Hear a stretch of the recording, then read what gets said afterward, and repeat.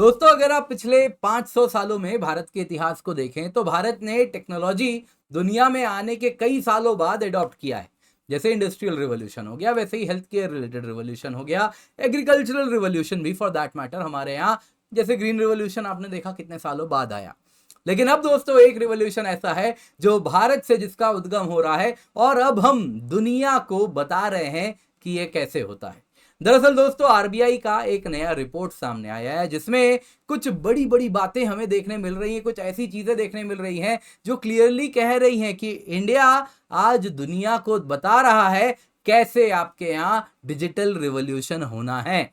जी हाँ दोस्तों, India is showing the world कैसे भारत में ग्रामीण क्षेत्र भी आज इस डिजिटल रिवॉल्यूशन से कहीं से भी दूर नहीं है, वो भी इससे जुड़ चुके हैं। दोस्तों अक्सर दुनिया को लगता है ये मात्र और मात्र एक फिनटेक रिवॉल्यूशन है, जबकि वास्तविकता इससे काफी अलग है। ये फिनटेक रिवॉल्यूशन नहीं, ये कंप्लीट सेंस में डिजिटल रिवॉल्यूशन है। हमारी डिजिटल इकोनॉमी आने वाले 2 साल में डबल होने वाली है। उसका जो शेयर है जीडीपी में वो बस 2 साल में डबल हो जाएगा। जी हाँ दोस्तों, आज भी 10% शेयर है। दोस्तों इस प्रकार का तेजी से भारत में डिजिटल रिवॉल्यूशन हो रहा है। आप देख सकते हैं काफी ज्यादा इसको न्यूज में कवर किया गया है, तो इस पर हम चर्चा करेंगे, बट साथ ही साथ जानेंगे कि कुछ चैलेंजेस भी हैं इस रिपोर्ट में जो बताए जा रहे हैं। वो कह रहे हैं कि रिवॉल्यूशन तो आया लेकिन साथ में कुछ चैलेंजेस लाया है। इतना ही नहीं, फ्यूचर की भी बात इस रिपोर्ट में की गई है जिसमें कहा गया है यदि हम चाहते हैं इस रिवॉल्यूशन को कंप्लीट करना है तो कुछ कदम भी उठाने होंगे। तो क्या है दोस्तों, सबसे पहले देख लीजिए, ये न्यूज है जो कि आरबीआई ने जुलाई 29 को एक रिपोर्ट निकाला है जिसमें भारत के क्या अचीवमेंट्स रहे हैं फिनटेक रिवॉल्यूशन रिलेटेड, वो सारी बातें हुई। डिजिटल रिवॉल्यूशन कैसे भारत में हो रहा है इस पर चर्चा हुई, लेकिन साथ ही साथ चर्चा हुई क्या थ्रेट्स हैं, क्या आगे हमें और करना है। दोस्तों आज इस पर चर्चा करना बहुत इंपॉर्टेंट हो गया है क्योंकि अगर आप देखें तो डिजिटल रिवॉल्यूशन आज पूरे भारत को एक सूत्र में बांध चुका है। ये भारत के सिर्फ शहरों में नहीं हो रहा, आज अगर आप देखें तो आधा से अधिक जो फिनटेक कंज्यूमर है, फिनटेक कंज्यूमर यानी जितने भी financial related technology, fintech financial technology related जो प्रोडक्ट्स हैं उसके जो कंज्यूमर्स हैं, जैसे यूपीआई हो गया, वैसे ही आजकल तो आप जानते ही हैं स्टॉक मार्केट वगैरह के भी ऐप्स आ गए हैं, वैसे ही बैंकिंग भी हो गया है। तो इस प्रकार के जितने भी ऐप्स हैं, जीपे, फोन पे, यूपीआई से रिलेटेड जितने भी हैं, ये सब के आधे से अधिक यूजर्स आज सेमी अर्बन और रूरल एरिया से आ रहे हैं। दोस्तों 1/3 से अधिक यूजर्स रूरल इंडिया से आ रहे हैं। तो आज पूरा भारत डिजिटल होता जा रहा है। तो इसमें सबसे पहले कुछ अचीवमेंट्स की बात करते हैं जो आरबीआई के इस रिपोर्ट में हमें मिला है। सबसे पहले तो दुनिया का करीबन आधा जो रियल टाइम पेमेंट हो रहा है बाई नंबर्स भारत में हो रहा है। 48.5% global real time payment Bharat में होता है।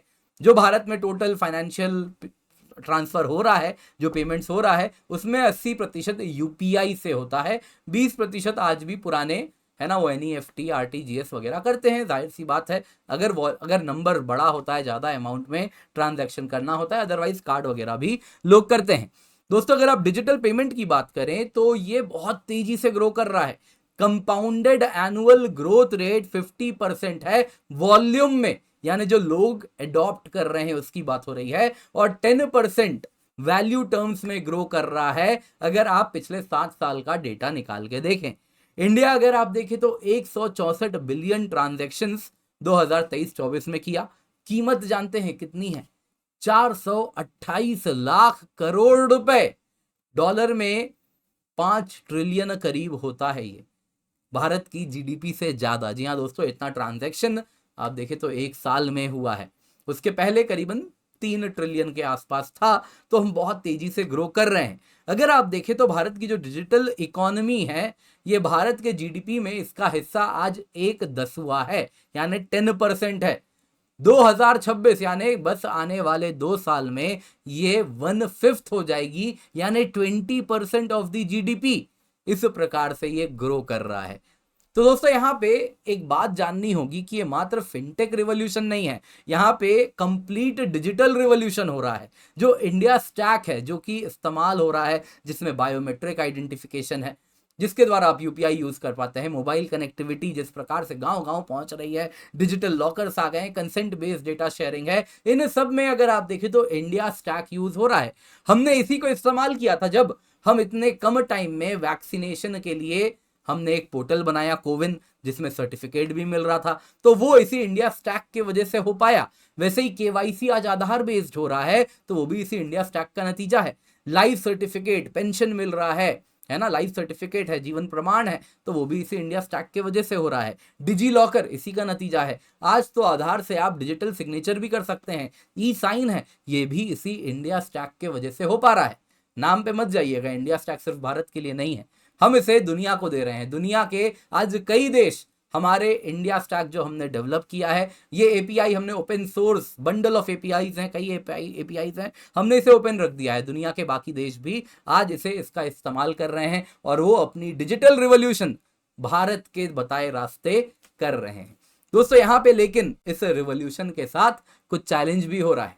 साइबर सिक्योरिटी एक बड़ा चैलेंज बन के उभरा है। अगर आप सर्टेन की बात करें, computer emergency response team India, तो उन्होंने जो सिक्योरिटी इंसिडेंट्स लॉग किया है 2017 में महज 53,000 था ये नंबर, जो सिक्योरिटी इंसिडेंट्स सर्टेन ने हैंडल किया था। 2023 के बस 10 महीने में जनवरी से अक्टूबर तक ये बढ़ के 13,20,106 हो गया था, जिसमें कई प्रमुख प्रकार के आज चैलेंजेस यूपीआई से और इस फिनटेक रिवॉल्यूशन से आ रहा है। जैसे यूपीआई फ्रॉड आप सभी जानते ही हैं, शायद ही कोई होगा जिसको इस प्रकार का एसएमएस नहीं आया होगा, या फिशिंग ईमेल स्कैम तो पहले होता ही था, लेकिन अब क्या होने लग गया है, फोन कॉल पे, है ना, विशिंग भी होता है, जिसको विशिंग कहते हैं। फोन कॉल पे आपको कॉल आता है, बोलते हैं कि मैं आपके बैंक से बोल रहा हूं और इतना आपका बैंक अभी अकाउंट बंद हो जाएगा, जल्दी से पैसे यहाँ ट्रांसफर कर दें। फिर कहते हैं अरे मैं तो आपके बैंक से कॉल कर रहा हूँ, बंद हो जाएगा, केवाईसी करना है, नाम बताइए, अच्छा क्या यूजर आईडी था बता दीजिए, पासवर्ड बता दीजिए, वो सब ले लेते हैं और पैसा लेके रफू चक्कर हो जाते हैं। वैसे ही स्मिशिंग हो रहा है, एसएमएस स्कैम आता है, एसएमएस आता है, लिंक आ जाता है, वो लिंक पे आप नादानी में क्लिक कर देते हैं और उसकी कीमत फिर चुकानी पड़ती है। तो इस प्रकार के कई स्कैम हो रहे हैं, जिसकी बात भी की गई है इस आरबीआई के पेपर में।